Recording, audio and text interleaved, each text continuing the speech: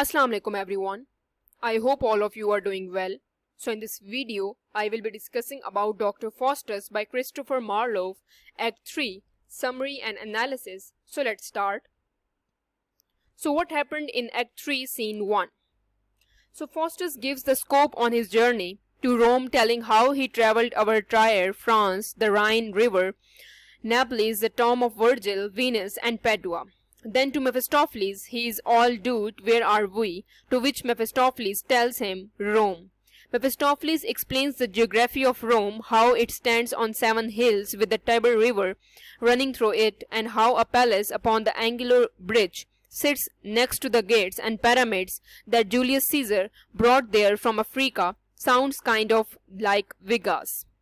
Faustus really wants to let loose and see the sights, but Mephistopheles thinks he should stay where he is in order to catch the Pope procession and feast. Faustus agrees but tells Mephistopheles that he wants to be an actor in the Pope's show.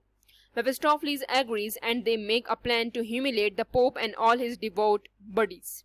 The cardinals of France and Padua, bishops, monks and friars enters in a procession followed by Pope Adrian, King Raymond of Hungary and Archbishop of Reims. They lead a man named Bruno in chain. The Pope makes Bruno get down on his hands and knees, then uses his back to mount into his carrier chair. Bruno remarks that the Pope position actually belongs to him. Then the Pope commands that the cardinal to go to his library and reads what the Council of Trent says is punishment for the one who unlawfully claims the Pope's position. Under Faustus' orders, Mephistopheles follows the cardinal and make them fall asleep before they can carry out the Pope's order. Then he tells everyone his plan. He wants to free Bruno. Bruno reminds the Pope that he was elected by the Emperor. Enter Faustus and Mephistopheles dressed as the Cardinal of France and Padua. Oh, troublemakers, or troubles are brewing. The Pope asks them, cardinals, what they have decided about Bruno's punishment.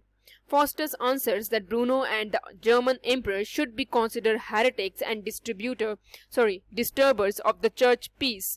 Basically, it is time to burn them. So the Pope hands over Bruno to Faustus and Mephistopheles.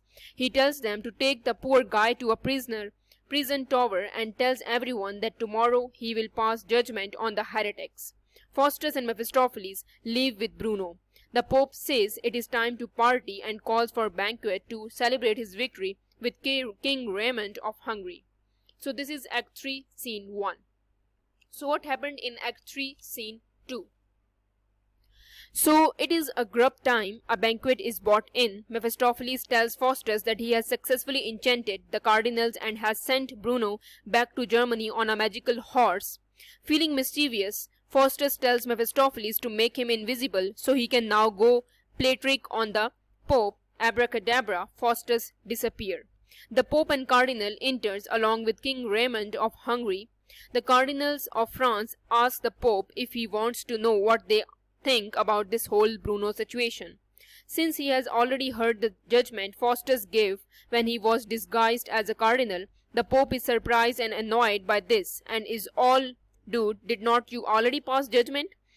The Cardinal of France says that he is mistaken, but Raymond backs up the Pope's story, adding that the Cardinal took custody of Bruno and his rich crown already. When the Cardinals swear that they have seen neither Bruno nor the crown, the Pope sends them to prison. Well, that went well.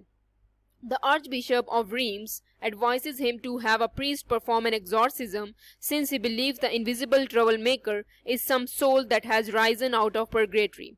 The Pope crosses himself, at which Faustus strikes him. That is the last straw. The friars perform a humorous exorcism. Mephistopheles and Faustus respond by casting firework among them all and them making like a banana they split. So this is Act 3, Scene 2. So what happened in Act 3, Scene 3? Robin and Dick enters carrying a cup. Robin tells Dick that he hopes his devil can get them out of trouble for stealing the cup since the tavern keeper follows hard at their heels. Sure enough, here comes the tavern keeper demanding that these two hooligans hand over the stolen cup. In a hilarious moment, Robin and Dick pass it back and forth between themselves as the tavern keeper searches them. Finally, Robin produces the cup, and the tavern keeper curses them both and demands them hand it over. But they have got something else in mind. Robin has Dick draw him a circle and calls the devils Demogorgon, Belcher, and Mephistopheles. Mephistopheles enters, irritated to be summoned by these fools. Do not they know he has bigger fish to fry? Robin offers him some supper and a few coins for his trouble, and says that they calls him as a joke. And Mephistopheles said, "A joke? Really?" They joked with the devil. In retaliation, Mephistopheles transformed Dick into an ape and Robin into a dog, then returns to Faustus, who is still busy on his European adventure. So that is all from my side. In this video, we discuss about Act 3, Scene 1, 2 and 3. So if you have any queries, you can ask me in the comment section. Please like, subscribe and share my channel. Thank you for watching.